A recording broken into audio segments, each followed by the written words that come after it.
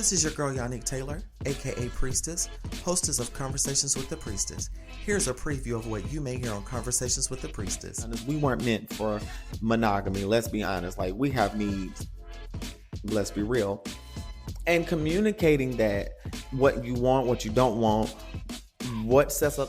Now this drink is brown because I learned something. Since I'm older, I can't do brown liquor anymore. Also, I noticed since I started on hormone replacement there, HRT, in 2015, me and certain liquors don't match well. I don't know whether... And I recognize that a lot of men love to be dominated by women. And that's because men are seen as these leaders, as this big alpha male dominant being. And because they're put on this pedestal of being leaders, sometimes they want to be submissive.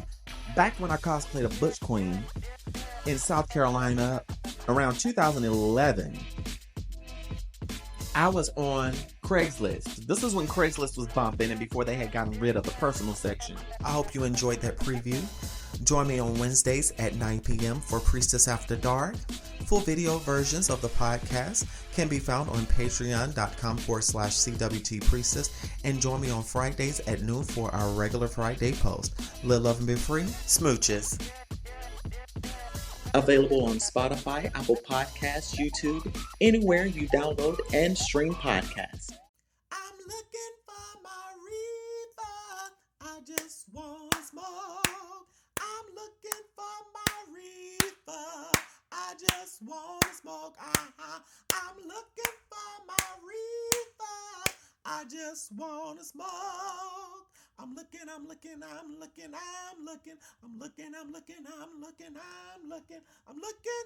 my reefer now. Oh, I found my reefer. I'm gonna roll it up. I found my reefer.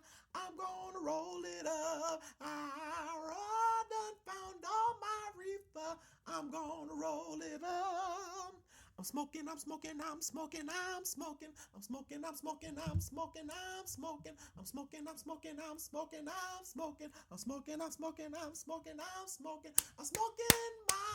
reefer now.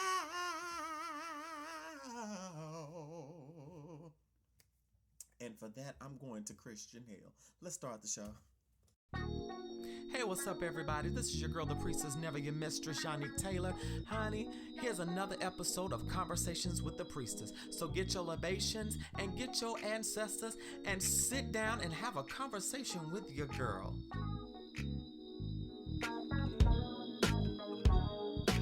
You're beautiful. You're beautiful. You're beautiful. So beautiful. Hey, what's going on, everybody? It's your girl, the Priestess, never your mistress. Here's another episode of Conversations with the Priestess. Welcome back. I'm so glad to be with my life on this podcast, my health and strength. So glad to be back doing the goddamn thing. Finally got my setup like I want to. So I want to let y'all know now, trigger warning, excessive cussing. I'm going to be talking about some hard shit. So trigger warning is going to get heavy. Examples of religious abuse and things of a sexual nature. So, but your girl is here and I'm glad about it. So, I pray that the last time since we met that all is well. I'm sending positivity and love to everyone at this time. And I must say that it is summertime. And I'm thoroughly enjoying it. So far, my summer has been great. I have been working for a good chunk of it, but I have been finding time to enjoy myself. And I've been doing little simple things like going to the park, hanging out with friends, taking myself out to the movies, or sitting my black ass at home doing absolutely nothing. And gratefully, I had a surprise visit from my brother, none other than Mr. AJ Duro. Y'all give a shout out to him. I was so glad to see him. He and I spent some time together and we chilled out and we showed all the way out.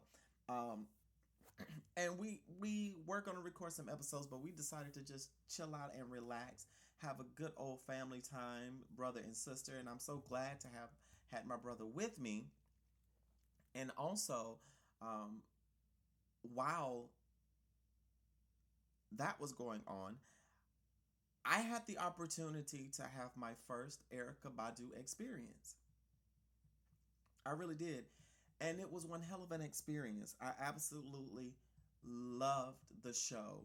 To open it up, to open up the show rather, DC's own the Junkyard Band um, came up and opened up the show and got the crowd up.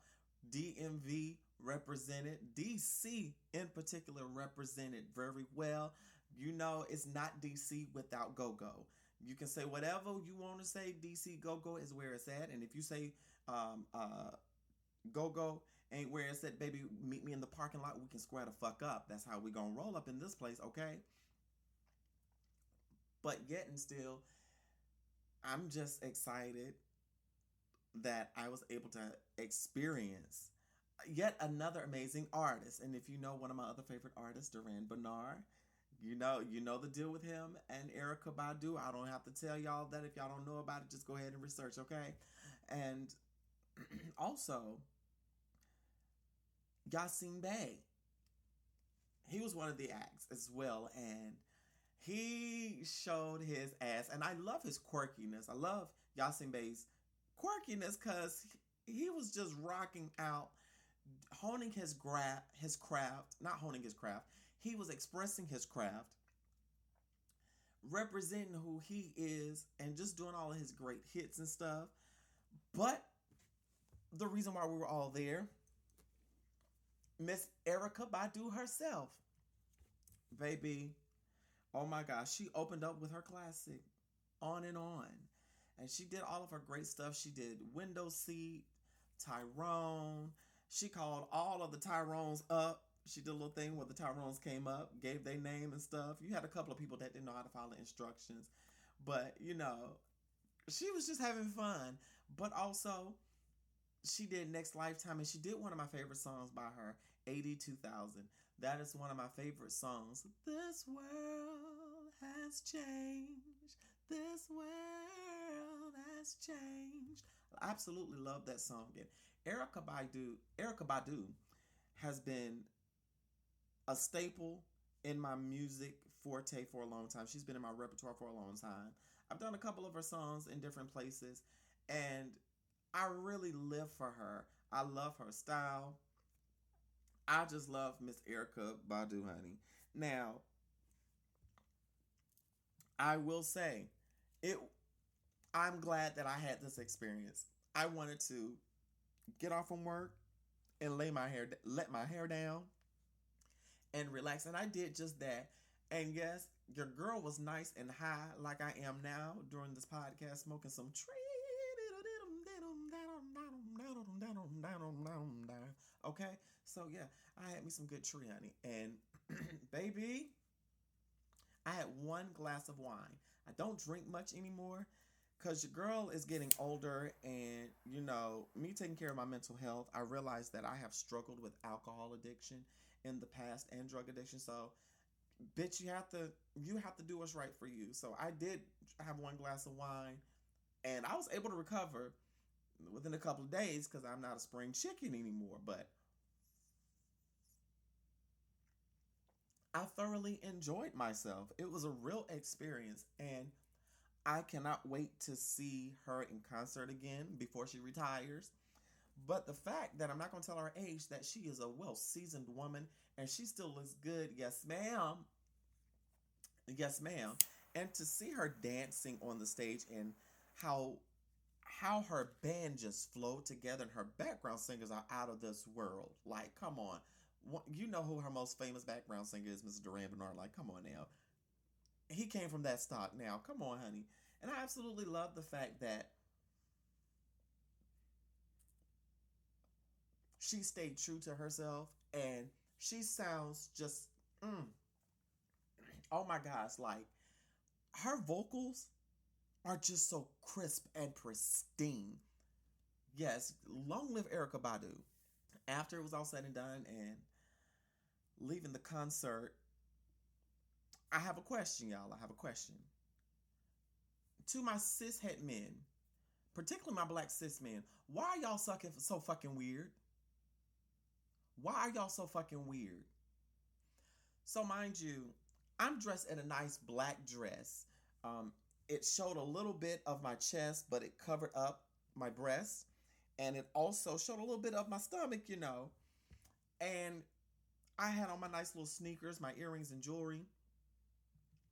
And I'm waiting for my Uber, and I'm very cognizant and aware of my surroundings. Number one, I'm a black trans woman.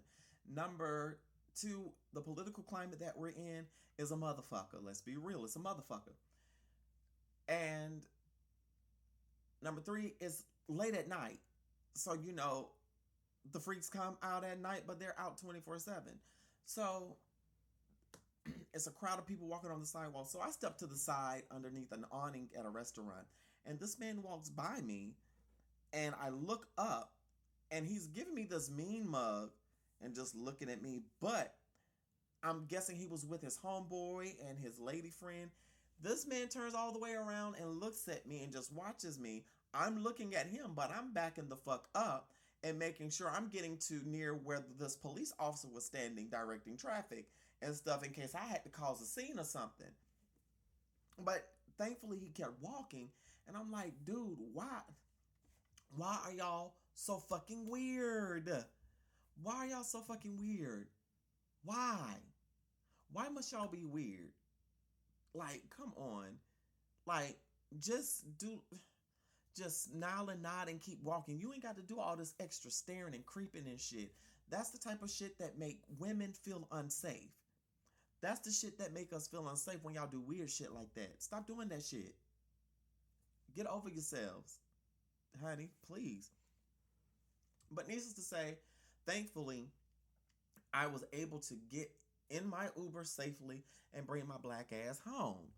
Because I don't want nobody fucking with me in these streets, because ain't nobody got time for that shit. This is not the first time where I've been in a situation to where niggas have been weird. Okay? I'm not going to go into detail, but again, niggas do weird shit. And it just gets on my nerves, like, for real. Like, okay, I'll tell you one. I will never forget. I was actually in a store getting gas, right? I've paid for my stuff, got my receipt. I'm walking out to my car to pay for my gas, and this man says, "Ma'am, you dropped something." I'm honestly thinking I dropped something. And when I look, he was like, "Here, you dropped this." He hands me a piece of paper, like one of the little lottery ticket things, with his phone number on it. Now, of course, because he's watching me walk out to my car, I did not throw it away at the gas station. I waited till I done drove clean to the other side of the neighborhood, like maybe 2 or 3 miles away from the store, and I threw that thing away, honey. Okay, like, and it's said that you have to do simple stuff like that because you don't know how these men will react to you. You don't know how they're going to come at you if you reject them. So, like, for real, honey, and the thing is, honey, it really don't be that serious as to the crazy shit that they do. It really don't be that serious as to the crazy shit that they do. It really isn't that serious. Because I'm like, dude, I'm not interested.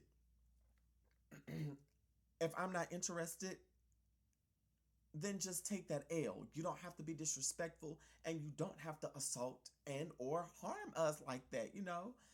And you don't have to unalive us like that. And it's funny that I'm bringing this up earlier this week on Facebook. Now that I'm talking about this, a young man posted on Facebook and was asking, well, ladies, why do y'all take our phone number if you're not interested in us? And several of us posted, cis and trans women, stated because if we say no, y'all might beat us up, unalive us, SA us. We don't know what you're going to do. Because we've seen so many things in the media about particularly black women being attacked and harmed because they said no to a man. Being a black trans woman, it turns transphobic real quick on social media when you reject someone's advances. Not to mention the unsolicited nudes and dick pictures that we get. Baby, even on Grindr sometimes that's annoying. Like, if you're going to send me a dick picture, make sure the thing ain't ashy. At least put some lotion on it, honey. Hell, like, for real, y'all doing too much. But needless to say, you know, I'm at a place now to where when I go out, I'm very aware, and I rarely go out by myself now. I walk to the store during the day. If I'm going out at night, I'm going with a friend. That's just as plain and simple. You know, I can't. The world is crazy out there, and the world has indeed changed. But nevertheless, I'm still going to enjoy my life. I'm going to take a quick break, hear some church announcements, and we'll be right back.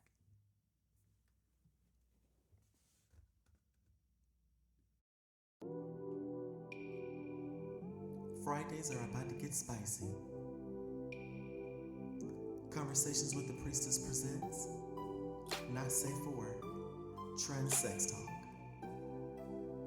It's about to get delightful. Are you ready? We just talked about my Erykah Badu experience and weird motherfuckers. And speaking of weird things, I have been deconstructing from Christianity for about a year and a half, almost 2 years at this point, fully. I had started deconstructing in 2015 when I had stepped down from pastoring. And there's been other instances where I questioned what I believed, but with everything that had transpired, as I discussed in Diary of a Church Girl, I fully started deconstructing and pulling away from the indoctrination of Christianity. And I'm glad that I have, because it's proving necessary and needed.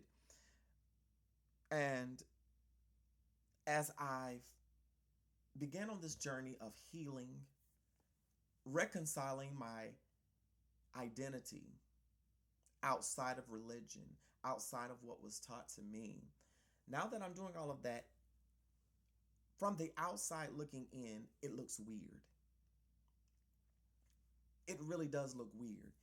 And I said this on TikTok a few weeks ago, actually, of how weird it looks. And for a while, after I had left the church officially, I was still watching church on YouTube, watching different pastors. I still listen to gospel, of course, still sing gospel songs because they have a different meaning to me now. But looking at the doctrine of Christianity, specifically in the Baptist and Pentecostal churches, as I've come from those backgrounds in the Black church. But not only that, being a Black trans woman that was a part of a gay inclusive affirmative ministry, so to speak, or however, being in that particular ministry, it wasn't really queer, gay inclusive, because leadership, although they were cis queer men, it was a level of discreetness and self-hatred, just like the traditional church. Also, if not, it's a whole lot of transphobia, transmisia, even in the gay inclusive ministries. And I recognize that cis queer men, there is a certain level of misogyny like no other in the among cis queer men, unfortunately. And not only that, but the transphobia that comes from the cis queer community in the first place. All of those things culminated. I'm seeing this now. And for me, although you may be a gay or queer inclusive ministry or quote unquote gay church, or however you want to identify, if you want to get technical about Jesus, Jesus was inclusive of everybody. He didn't discriminate. And I'm sure that if he was to come now and see a bunch of shit that y'all doing and these anti-trans laws, he would have a fit and beat the shit out of y'all. Let's be real. So as I began to deconstruct and looking at all of this and looking back at church videos, praise breaks and things, it looks weird as fuck. And I've shared this with people. I was listening to some of the praise breaks. Now, we got to admit and be real. Some of the praise breaks that we have out there really does sound like circus music, that with some of the riffs and runs that they do, be like, and come on, some of the theatrics that people do during praise breaks and stuff, like, why are we running like a mad woman with our eyes closed and just spinning in a circle, flailing our arms as if there aren't people around? I've seen people hurt themselves in church proclaiming it was the Holy Ghost. But the last time I checked, Scripture tells us things are done in decent and in order. God and the Holy Spirit and all that is decent and in order. So where was your order when you fell and busted your ass? But not only the things that look weird, but the spiritual manipulation with the tithes and offering. And now that I'm outside looking in, that principle no longer makes sense to me. None of it, it really doesn't make sense to me. Even the observance of the Last Supper, where the grape juice or the wine for some denominations or sects within Christianity, where the wine or grape juice symbolized the blood and the cracker symbolized the body. And now that I'm thinking about that, I really feel like that shouldn't have been taught to us as kids. Because when you think about the graphic nature, even being dragged to see the Passion of the Christ and seeing how Jesus was to have been brutalized, as I look at that now, that was damaging and traumatizing as fuck for us to commemorate a man that was basically tortured to death, beaten, because he came for the good of humanity. And when you really look at the story of Jesus, for me, there was no way he could have died for my sins. If that was the case, if God was all powerful, why couldn't God had done the job himself? There's no rationality behind it. So he had to send his son to die for our sins? No, because when I look back at the story, Jesus went against the status quo and he challenged bigots and was a political enemy. And he was a political prisoner and they executed him because he fucked with their stuff, in my opinion, and from what I've read. Now, looking back at all of this, it's weird as fuck, because I'm like, one of the things that I'm glad that I'm moving away from is the idea that I have to rush. There's this idea in Christianity, and I grew up with this, that we have to work. We have to work before night comes, because when night comes, no man can work, meaning we have to make sure we're doing our Father's business, that we're doing kingdom business before Jesus comes and cracks the sky. And we've been waiting on him for a long time. And now in the place that I'm in, I'm like, how much worse does it have to get before you come and save us? Really, tell us how much worse it has to get. And it's just so many things that they tell us God is in control with that I question. And now that I'm out of it and I'm in therapy now, healing, and I began deconstructing and looking at the Bible from a different lens and practicing spirituality in a different way, it makes no sense to me. And it really reeks of cult behavior and mind control, because the greatest form of witchcraft is mind control. And that's what Christianity has done.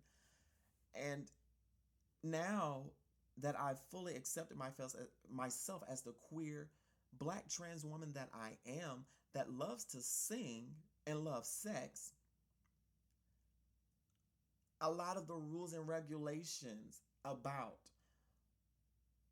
same-sex relationships, premarital sex, even some of the things concerning slavery, it seems more of a supremacist view of keeping the culture in a certain puritanical standard, which we see how white supremacy and Christianity go hand in hand. And with that being said, I'm glad that I left Christianity. I don't regret it at all. Very much glad that I left Christianity. One of the most horrendous situations that I have experienced has been in the church and has been at the hands of leadership.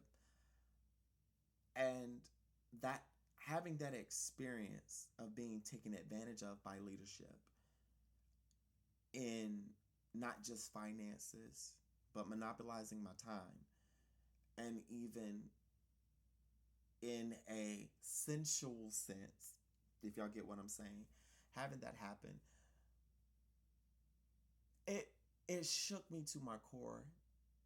And yes, my experience in Christianity and my experiences at the hand of leadership has caused me not to trust people anymore in that aspect. And in the last year and a half, I have grown so much, and I've really begun to embrace all sides of me.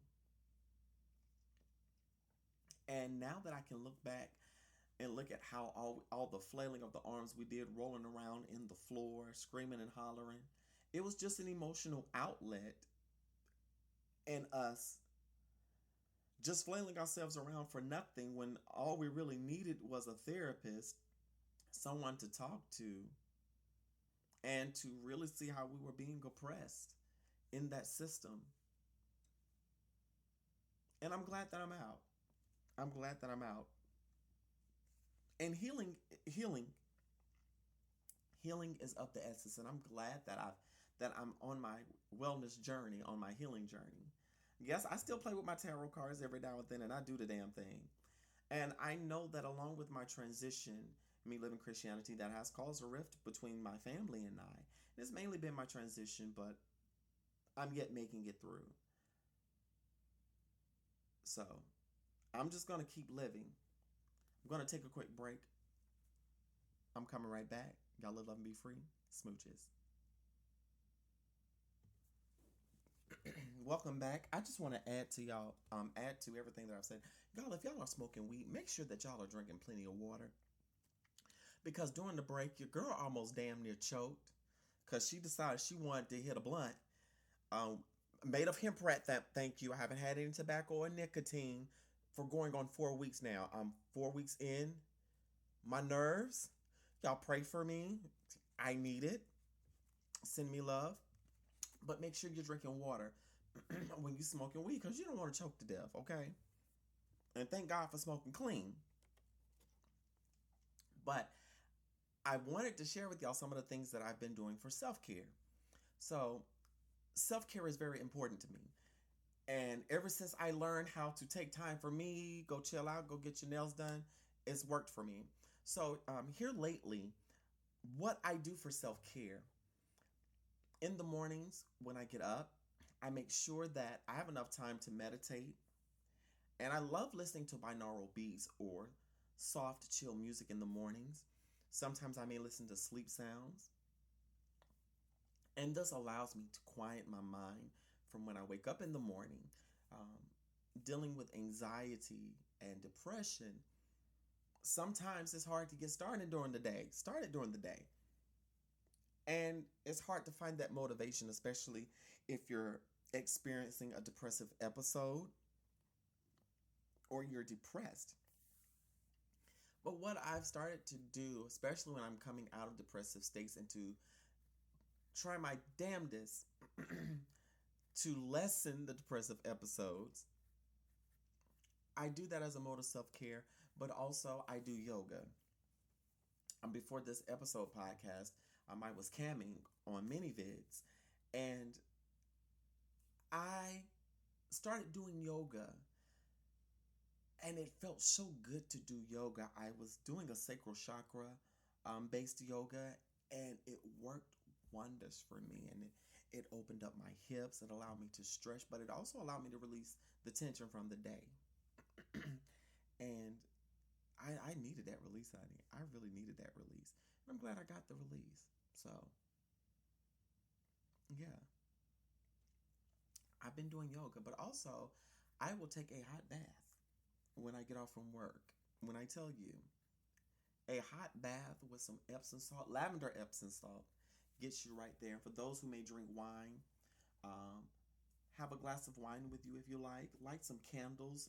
I like scented candles when I'm taking my bath. But I also have a color projector light that projects like this beautiful ambiance of different colors, and it has like green little lasers that represents the stars.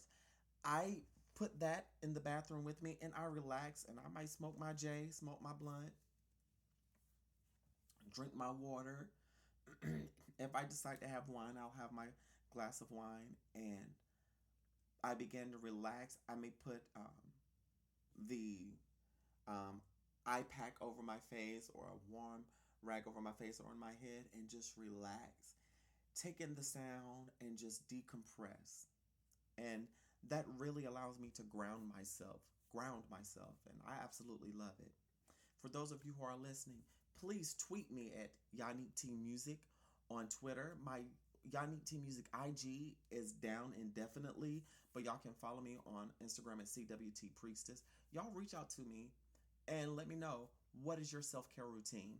So, with that being said, y'all, I'm going to go ahead and end this podcast episode. Y'all live, love, and be free. Smooches! You're beautiful. You're beautiful. Yeah, you're beautiful. So